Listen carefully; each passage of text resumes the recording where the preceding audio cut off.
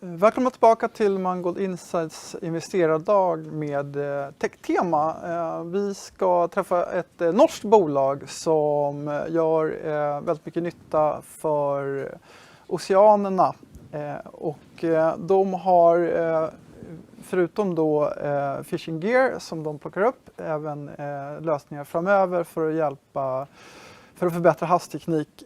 Vi kommer få träffa Helge Trettø Olsen. Han är ju från Norge men han har valt att göra presentationen på engelska så att alla ska förstå. Så välkommen Helge. I will just do a brief introduction of your company. This is about lost fishing gear and plastic pollution of the ocean, which is a big problem, and you have a solution for that. So please go ahead with your presentation. Thank you. Yeah, so my name is Helge Olsen, and I was one of the co-founders of Resqunit when we founded back in 2017. When we listed in Stockholm close to a year ago, there was a news feed from, I think, Dagens Industri or something that said Fiskbolag går på börs. And that was a pretty low-tech kind of way to look at us. So I'm glad to be here today to kind of clear things up and show that we are an ocean environment technology company. This is all about lost fishing gear. And there are some consequences of lost fishing gear that I'm going to go through. One of them is called ghost fishing. This means that when you lose fishing equipment in the ocean, this is equipment that is designed to catch and kill animals. And that's what it continues to do after it's lost. So you have, like it says on the screen here, you have $60 billion worth of estimated commercially valuable species that are lost to ghost fishing every year. And the amount of ghost fishing that is lost is pretty enormous. It's 10% of all fishing gear every year. And this accumulates. So every year, 10% of all active fishing gear is lost. So, and this equipment takes up to 600 years to disintegrate. So they keep doing harm to the environment and to the marine animals almost in perpetuity. So this is an increasing problem. You now have an estimated $60 billion worth of commercially valuable species lost to ghost fishing, and it keeps adding on. Of course, for the industry, this is also a loss in terms of the cost of the fishing gear. They lose their nets, their traps, their buoys, their ropes, but they also lose the value of the catch inside the traps. And then when you look at plastic pollution, this is also a problem that is getting pretty obvious. You can now take a blood sample from probably any one of you guys here, and you can find microplastic particles in our blood cells. We know this. What we don't know is how harmful it is, but we sure don't like it. There are operations worldwide in cleaning up. People are cleaning up the beaches. You have vessels cleaning up, looking for lost fishing equipment and other things. But the sad fact is that we lose way more than we are able to clean up. And the cost of the plastic pollution is estimated in a recent study of a pretty too big number to comprehend, but you're talking $1.8 trillion, the long-term cost of plastic pollution in our oceans. So what we have is the product you see on the screen here. It's a simple and affordable product.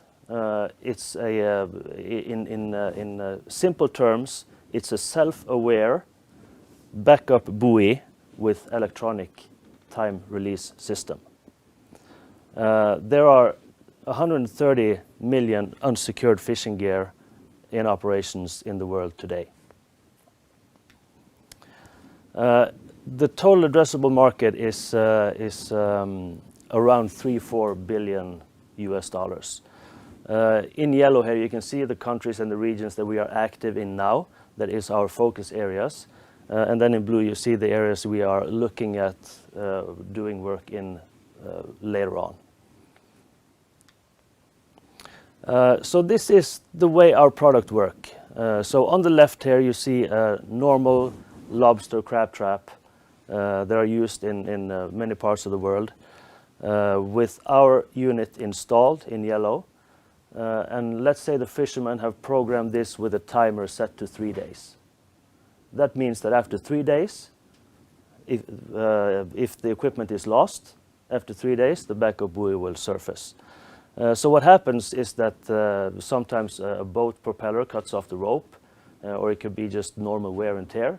It can be currents, it can be debris. There are many reasons why a fisherman can lose his equipment. But when that happens, so a fisherman will usually pull his gear every day or every other day. So if he pulls the gear up in a normal way of fishing, the timer resets. So next time you throw it in, it starts counting again. So that's what I mean when I say that the equipment is self-aware. It knows when it is in the ocean and it knows when it's on land. So once it's put in the ocean, it starts counting down, and when you take it out, it resets. So when in this situation 3 days have gone by and the fishing equipment is remaining in the ocean, then the backup buoy will deploy, will surface with a line still attached to the fishing gear, and now you can retrieve that lost gear.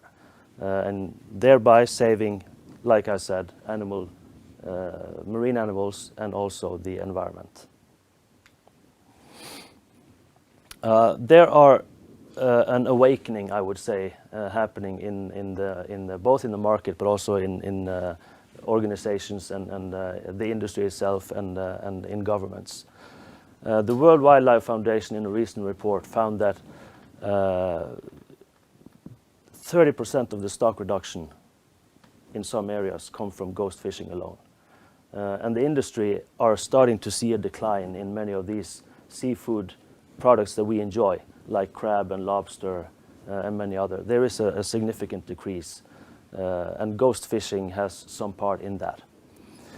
So the WWF called for a global treaty, like the Paris Accord for CO2.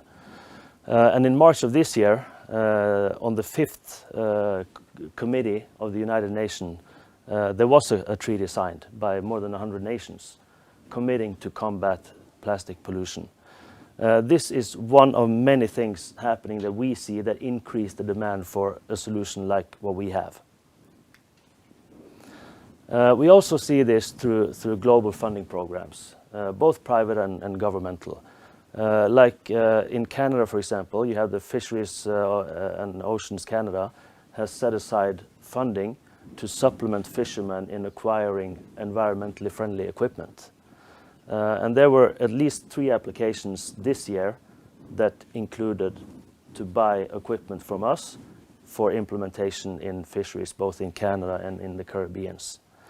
And you also have the European Union that has allocated some pretty big numbers to combating what we are doing in accordance with the UN Sustainability Goal 14, Life Below Water. And as we have seen before, when governments funnel funds into specific problems or directions that the society wants to move in, private funds come close after. We have gotten some good mentions, I would say, from some pretty important people. I have some of them here. These are people that have experienced our solution. They've seen our products, and they've given their recommendations or their endorsements. Like the Minister of Fisheries of Prince Edward Island, Jamie Fox. He came over to Norway, visited us, and we demonstrated the product. And he is very excited about that.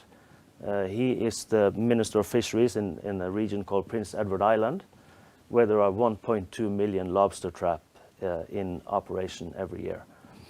And our Canadian distributor placed our first significant order this year for $1 million worth of products directed at his fisheries in Prince Edward Island. So this will result in 30,000 units going to this 1.2 million market.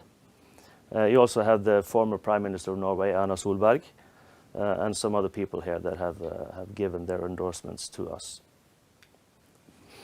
And the way we work, I want to go over that a little bit because we appeal to different groups with our product. Of course, the industry and the fishermen is obvious. We want to brand and market towards them, but we also need to work close with the governments. So what we do when we go into a new region, we read the regulations according to the fishery regulations, and we find potential incentives that are already there to incentivize environmentally friendly adoption. And also we have our branding campaign going both towards the fishermen but also to the public at large, because this is a problem that not only the fishermen are concerned about. Like I said, we have plastic in our bloods now. This is something that everybody cares about. And in our branding, we have a co-branding with one of our major shareholders, Captain Sig Hansen from Deadliest Catch. That's a TV series that has been going in more than 100 nations for 18 years. So Sig Hansen he owns 10% of the company. He is an ambassador, and he also we have used him as also an advisor because he's an experienced fisherman. And we also, when we go in working with this government, we see the incentives in place, but we also suggest incentives to put in place, because we see the different regulations in different countries, and we can kind of pick the best regulation and suggest that to the fishery authorities in the countries that we explore. And the way I put it out here in this slide, what's in green is what we have already accomplished. And we see when we have point 1, 2, and 3 cleared, then the sale of product come naturally after that. So we set up distribution. We find a distributor, a solid partner who is well-footed in the region and in the industry. And we do our branding, and we inform and engage governments in having sea trials where marine institutes and the industry is working together with us. And then the sale comes almost automatically once we have cleared these other fields. So you see we are well on the way. We are in sales in Canada, in Jamaica, Saba Island, and Belize. This is a work we have been doing for a couple of years in these regions, and the sales are now starting to come. And you also see the different other. We have done pretty well so far in Australia, New Zealand, Norway, Portugal, Spain, and we are expanding kind of as we have capacity.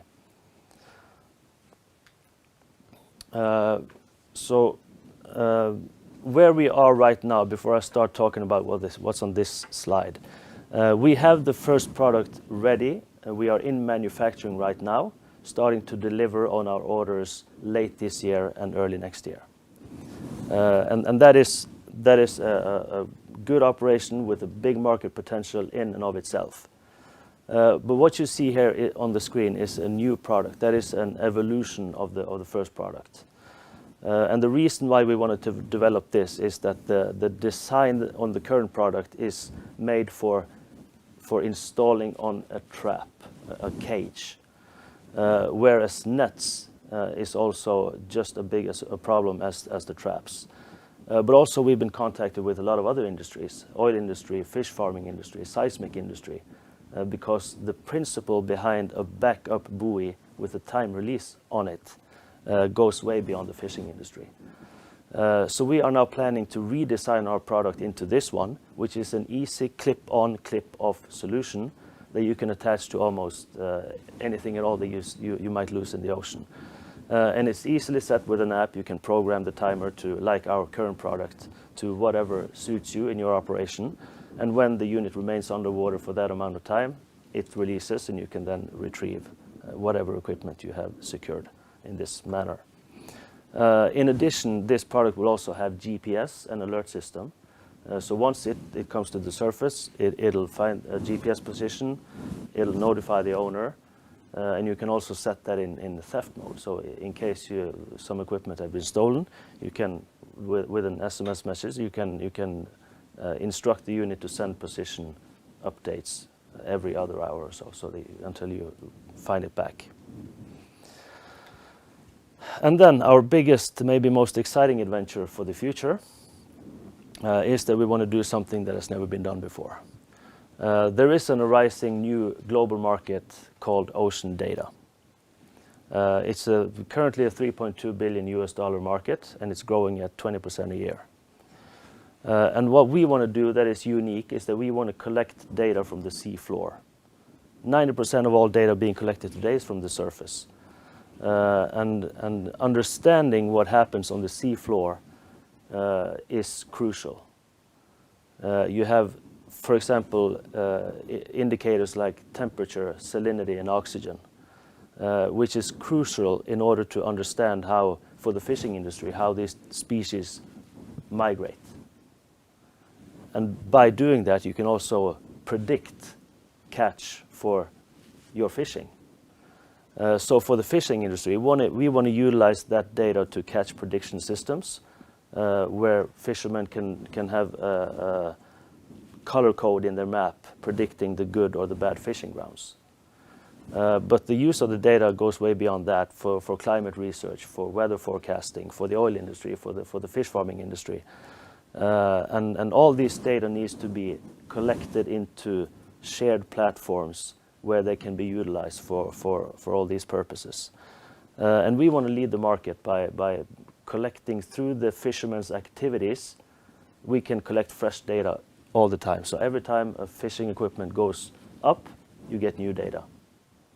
And that is pretty unique when you look at what's already in existence of availability of ocean data today. So we want to take a lead position in that. But first of all, we have to work with what we got. We got to get to the market, start getting sales and producing numbers. And this is, of course, a costly operation that we want to do longer term over the next, I would guess, 3 years. But it's a really exciting new big market opening up in that area. And with that, I say thank you for your time. And if there are any questions. Yes, thank you, Helge. Yes, I have some questions, of course. In April, you received a breakthrough order. It was imported from Canada. Can you tell us more what this means for the company? Yeah, that was a significant event. So we were over there in a big expo where we got to talk to our customers and demonstrate the product in a tank that we set up there. And that actually was an eye-opening experience, because we found out through the fishermen that there are already incentives in place in Canada that makes it very profitable for the fishermen to order product from us. Because they have a tag system where a fisherman normally is allowed to fish with 200 traps, for example. And then he receives 200 tags that he has to attach to these traps every year. So if he loses 10 or 20 traps, then he can't just go and buy 20 new ones. Then he's fishing with that amount of trap less for the whole season until next year when he get 200 new tags. So for them to get back their equipment quickly, and they have about $1,000 revenue per trap, then it becomes a no-brainer. So this gave our distributor in Canada confidence to place this order of $1 million. And as I said, it's a very directed first order towards the Prince Edward Island lobster fishery, 1.2 million traps, so that means 1.2 million market potential, and we come in there with our initial 30,000 units. So I'm very excited to see when we start delivering there how fast these will go off the shelves. You were mentioning some funding programs that we could see here in the presentation from the EU and Canada. Can you tell us more what this can do for the company in terms of how it will drive sales? Yeah, the Ghost Gear Canadian Fund is an obvious one, because that is the fishermen applying for funds to adopt environmentally friendly equipment. So it's a subsidy arrangement, and it's very good for companies like ours. So for example, a fishermen's association with a couple of thousand fishermen can apply for funding for this to buy our product. So that of course helps in the profitability of the fishermen to utilize this equipment. But then also the EU programs you have. We're now working on an application to fund development of our next evolution products. So that's another way that funding will help us in getting to where we want to be quicker. Before the summer began, we could read about some new financial goals from the company. Can you tell us about these? Yeah, the goals we of course came out of the experience that we have in all the countries we are talking with and the market. And there's a pull now for our product, luckily. It's not going to be a push, it's going to be a pull, and we had to stop taking orders because of production capacity. So we have budgeted, I think, 10 times the sale next year compared to this year.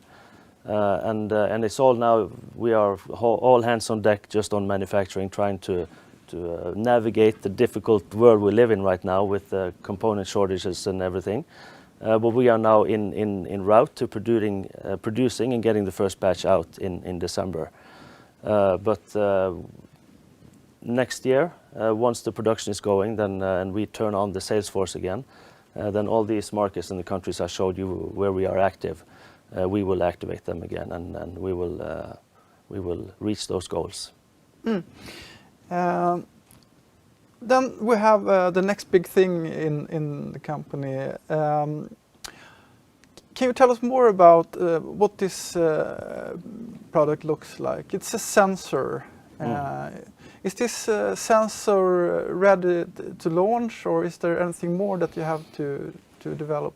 The good thing is that the sensors are already in existence, so it's a matter of collecting existing technology and putting it into a casing that both fits our product and also can withstand the pressure you have on the deep waters. So there's not much new development in fine tech things. The unique about our product is the using of the fishermen's activities in the collection of the data. And we're also looking at, but this is very uncertain at this point, but there are blockchain models where you can even create a chain where the fishermen get paid for the data they collect when it's utilized in the future. So if we can make that a business case, I think it's going to increase the fishermen's willingness to adopt, because then you don't only fish for fish, you also fish for data. Can you do this by yourself, or do you need a partner for this? No, we have a company called Global Ocean Data that we purchased last year that has the expertise. This is an oil tool company that are producing now very sophisticated equipment for the oil industry with sensors and on deep waters and everything. So we have all the knowledge in the company what we need. Okay. So are there any competitors in this field? There are coming some competitors in the ocean data field, but it's, like I said, on the surface, on the top layers of the ocean. You have different sensor units for the fish farm, for example, that goes in the fish pens and goes up and down inside those pens and do measurements.